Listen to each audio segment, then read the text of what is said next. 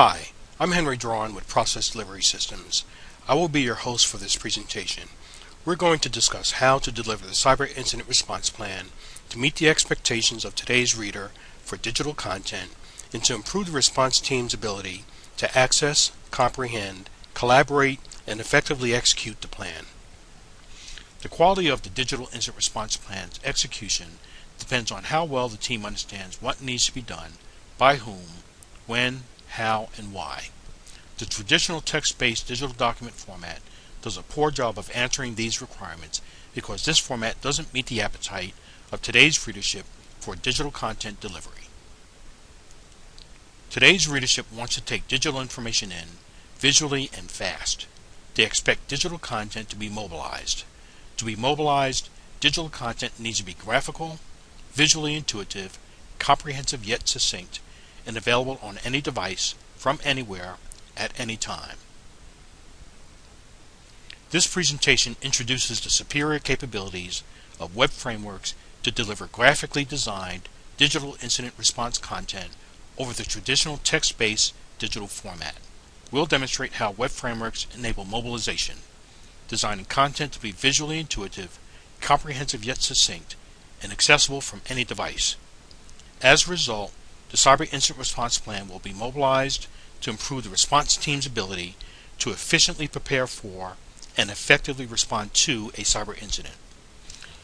Readership expectations have changed due to technology enablements such as the adoption of the Internet and email, opening up worldwide access to information and communications 24 hours a day, 7 days a week. The extensive use of mobile devices and text messaging enabling communications at any time from any place. And the evolution of technology that places volumes of information and content at our fingertips, providing instant access to extensive libraries of information on just about any subject. Today's readership expects immediate access to visually illustrated yet succinct content at their fingertips anytime and from anywhere. Mobilizing Cyber Incident Response Plan digital content is more than placing a PDF on a mobile phone. Traditional text-based digital documents are hard to access, difficult to navigate, and laborious to comprehend.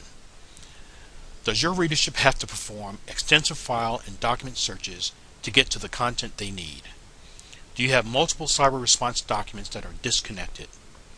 All PDFs are not created equal. Do your readers waste a lot of time and effort trying to figure out bookmarks and paging up and down within documents to find the content they need? Walls of text are laborious to read, more difficult to comprehend, and requires the audience to expend a level of effort that is unnecessary when compared to the capabilities they see in current digital content technologies. Most frustrating of all is content that is confusing, inconsistent, contradictory, inaccurate, and out of date. This all leads to incident response plans that are exercises in frustration by today's standards because of content design and delivery methods that are not attuned to the current expectations of today's audience. They end up being rejected by the intended audience and become electronic shelfware. The Nist Special Publication 861, Release 2, Incident Response Lifecycle is one of the foundational incident response models most widely supported. There are volumes of information available on how to design and implement a computer security incident response plan around this model. Pulling all of the appropriate information into one document would require a tremendous effort and would be extremely laborious to read. Web frameworks are much better suited for pulling a wide variety and large volume of digital information together into one easy-to-use platform. We call the web frameworks Process Resource Centers. Process Resource Centers are customized websites designed to place processes, policies, and a comprehensive set of associated resources at the fingertips of the response team in a digital format they know how to use, when and how they expect it. Process Resource Centers visually illustrate incident response plans in a very intuitive manner, enabling all stakeholders to get on the same page quickly and collaborate more effectively. They include dynamic links and intuitive navigation to segmented, visually intuitive workflows and response protocols, clearly defined roles and responsibilities, contacts, glossaries, forms, libraries, websites, and other resources as needed, and links to applications and required information sources such as SOPs, work instructions, and other more detailed content. This is the home page for the Computer Security Incident Response Plan Process Resource Center. This Process Resource Center is designed to enable Cyber Incident Response Plan mobilization, the delivery of incident response content that is visually intuitive, comprehensive yet succinct, and accessible from any device. The home page provides a high-level overview. It serves as a visual table of contents and links to all the major incident response components. The home page is an example of how the use of graphics and visual navigation tools quickens the user's ability to navigate to the desired content. Everyone knows how to navigate a website, so training is minimal. The 4 phases of the Nist SP 861 R2 Incident Response Lifecycle: preparation, detection and analysis, containment, eradication and recovery, and post-incident activity are the foundation for this Incident Response Process Resource Center. We are now on the Incident Response Process Resource Center. Because it is a website, we can use links to access a wide variety and huge volume of related documents, applications, websites, videos, and much more without overwhelming the user. The menu on the left gives us the capability to dynamically jump to any part of the framework as desired. This middle area is where the working content is displayed. Here you see the 4 categories from the Nist 861 model. Intent and key definitions is actually a link that opens up an information block which provides a description of the intent of the Process Resource Center and key definitions. Here we have a purpose statement for the Process Resource Center and key definitions from the Nist SP 861 guide.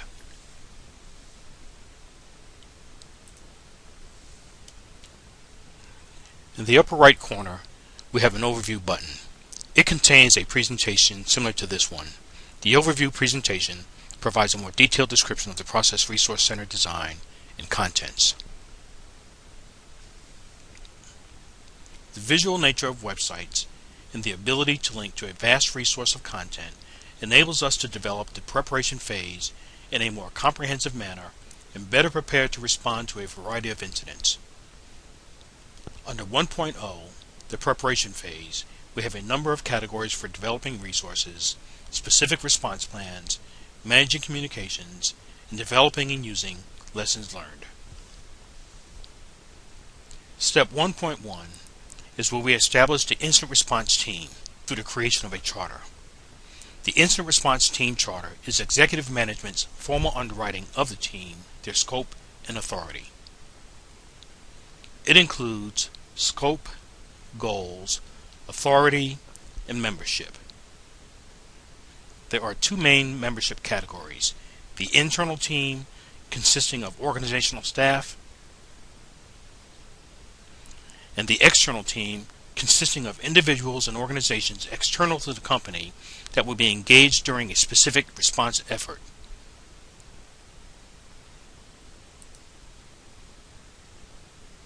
Further into preparation is Step 1.4, a process for developing specific incident response playbooks.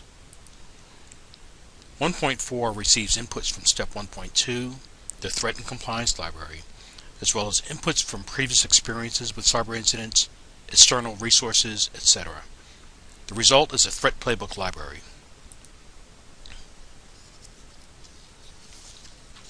The Threat Playbook Library is actually located in the Framework's Information Center.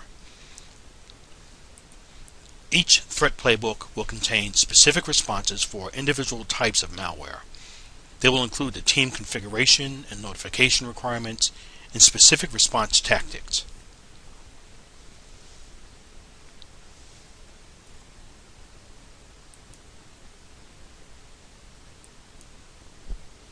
So now let's talk about how the Process Center is used during an incident.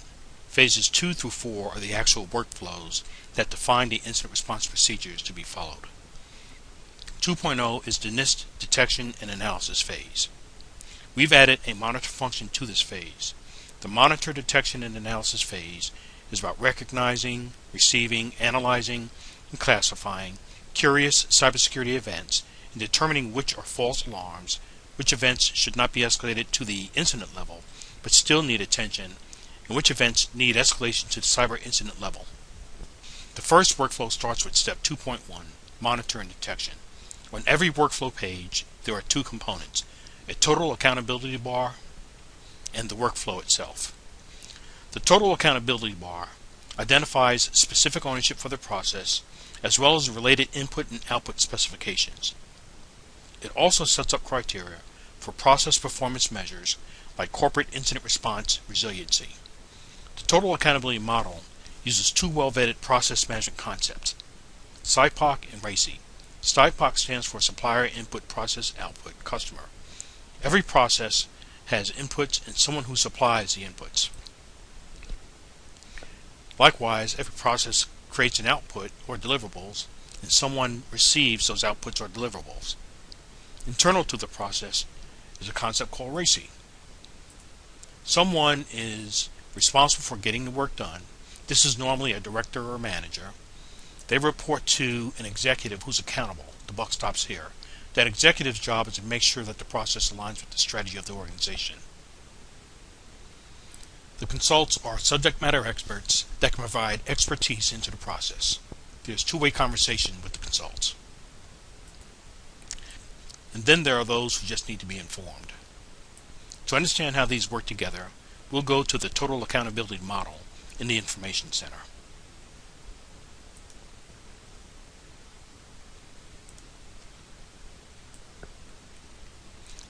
The total accountability model identifies and assigns ownership to all aspects of the process. It views the process from end to end. This perspective helps to break down barriers and penetrate silos that prevent end-to-end communications and handoffs. It helps define what success looks like. It is where tangibles of the process are defined, largely in measurable terms. Suppliers of inputs can be people, organizations, or other processes. The inputs have specifications like cost, quality, and timing. Customers, receiver of the process deliverables, can be people, organizations, or other processes. If an output from a process or activity doesn't have a home, then the purpose of that process or task within that process comes into question. The output of the process also has specifications like due dates, cost, and quality. The total accountability model enables the identification of metrics within components of the process and of the total process.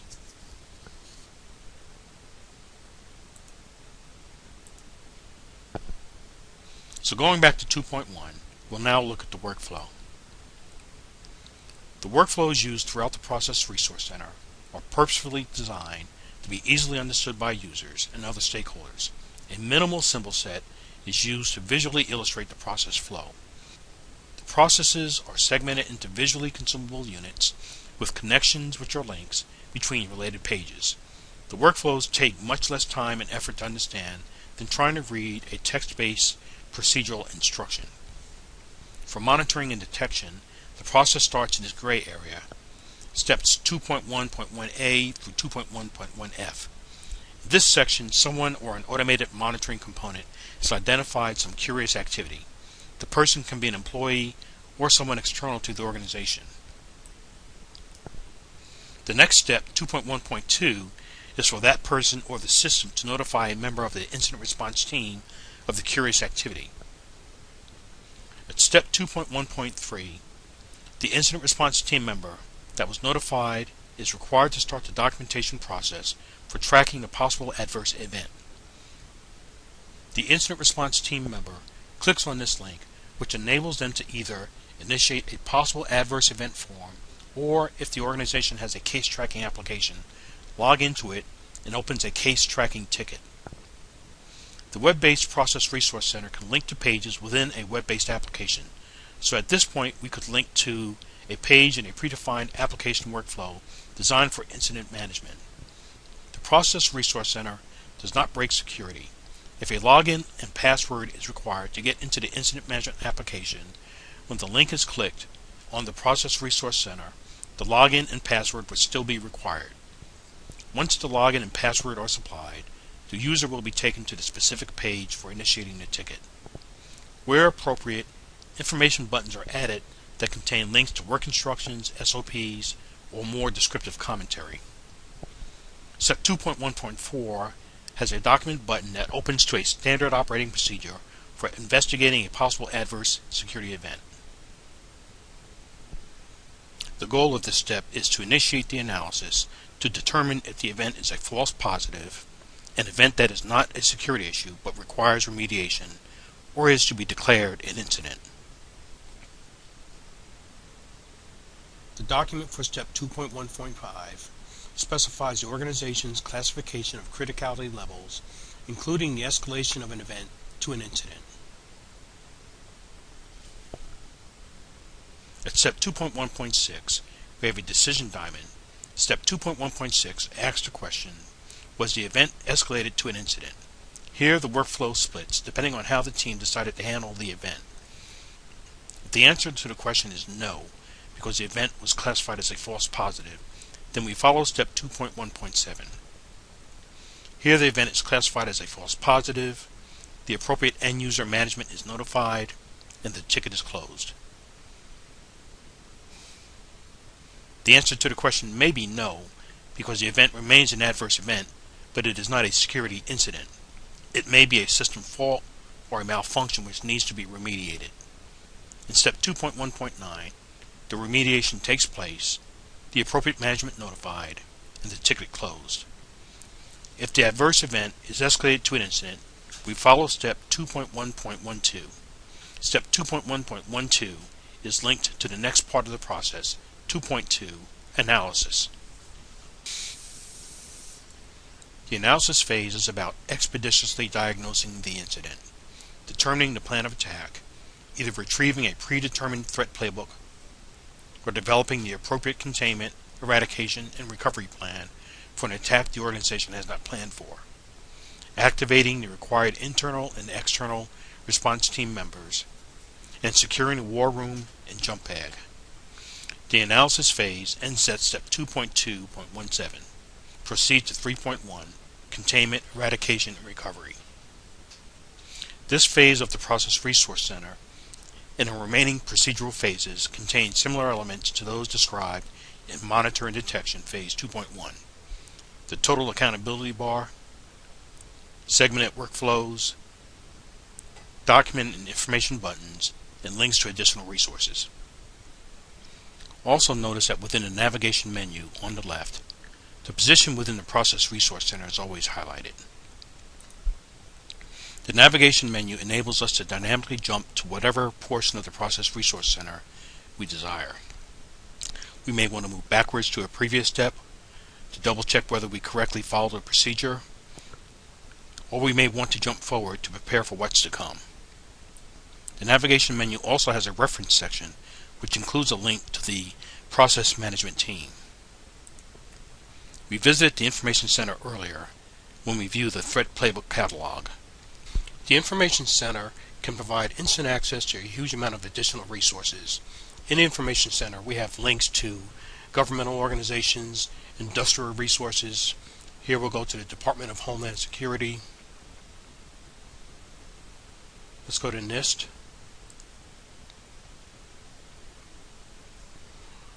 We have acronyms, glossaries, ISACA's glossary, the total accountability model, we looked at that earlier, reference documentation,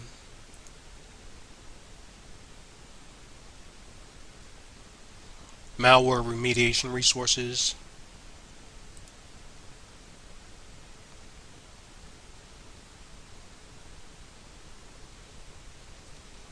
and a host of other resources that the organization feels is necessary for the response plan.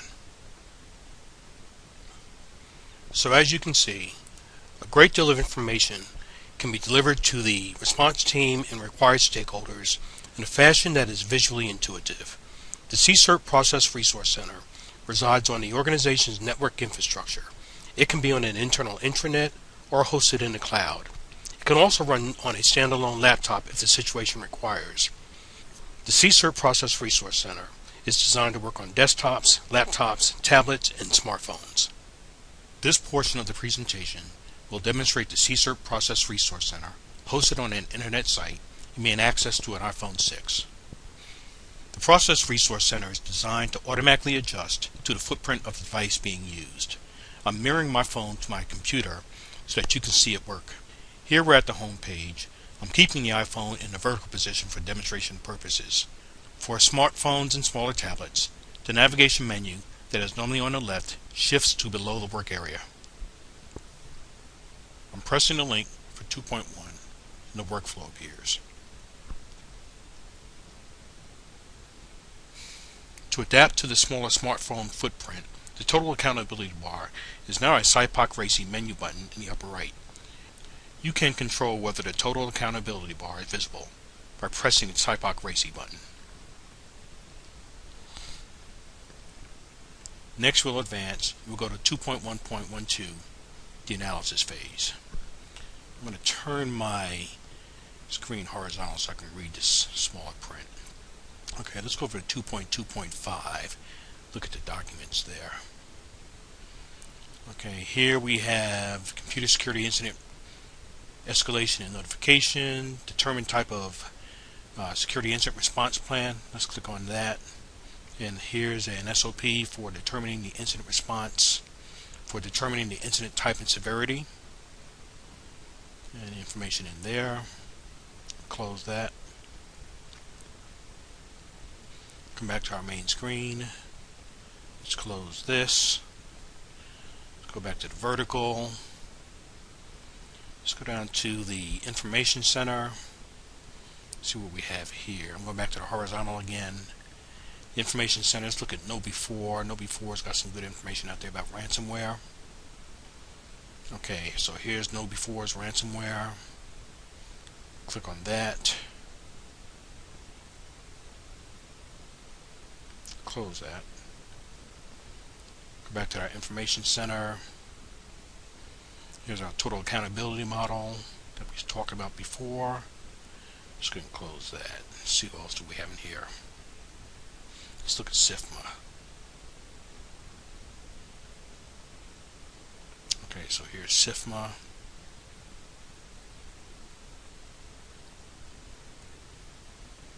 Let's look at HIPAA. Okay, Health and Human Services.